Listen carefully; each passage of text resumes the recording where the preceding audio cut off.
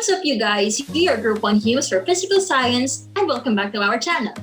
In our last video, we have talked all about and answered your questions regarding refraction. For today's video, we are going to explain more phenomena related to light and answer more questions from our subscribers. Let us take you on a trip of discovery. I am Arnie, and this is 5-Minute Physics.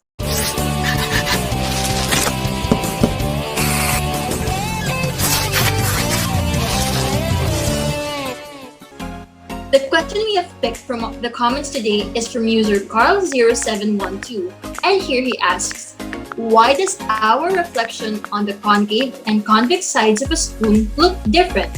Great question, Carl. Before we go match an answer to your why, let us re-explain to our viewers what light and reflection is. Here comes my partner Luigi to explain what light is and how it behaves. Well, as you can see, light is both a particle and a wave. Light is composed of particles called photons, and matter is composed of particles called electrons, protons, and neutrons. It's only when the mass of a particle gets small enough that its wave-like properties show up. The flow of these particles is what makes it a wave. So in essence, light is an electromagnetic radiation and a form of energy. But how does light behave? Light waves across the electromagnetic spectrum behave in similar ways. When a light wave encounters an object, they either transmitted, reflected, absorbed, refracted, polarized, diffracted, or scattered depending on the composition of the object and the wavelength of the light. Here is reflection to be discussed by Arnie.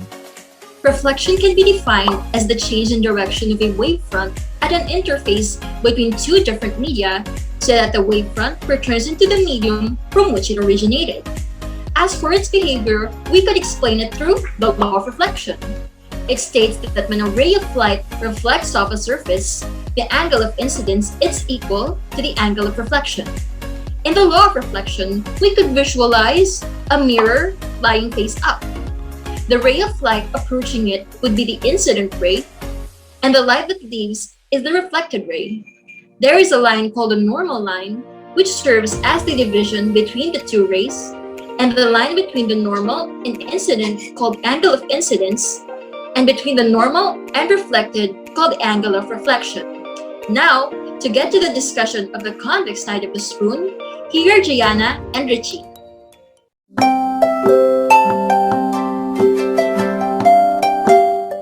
So when it comes to mirrors, there can be curved ones and there can be flat ones. It depends on the material. A mirror that curves inward is called a concave mirror, whereas one that curves outward is called a convex mirror. An example material is a spoon. So this is the concave part and this is the convex part. There can be confusion formed when it comes to the reflection of the spoon, but don't you worry guys, because we're going to tackle that as the video goes on. Images formed by a concave mirror vary depending on which side the focal point the object is placed. For any object placed on the far side of the focal point with respect to the mirror, the rays converge in front of the mirror to form a real image, which can be projected into a surface such as a screen or a piece of paper.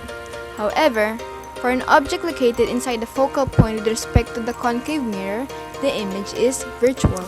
So ayan, as you guys can see here, I have here a spoon, and as you guys have wondered na rin, it's a little confusing nga as to why our reflections appear to be upside down when we look at this side. So our reflection on the concave side of a spoon appears to be upside down because it is curved inwards, which it actually acts like a concave mirror. So being curved inwards, it reflects or it bounces back the light rays in a different manner. So when we see our reflections on a spoon on this side, we are reflected downwards or upwards.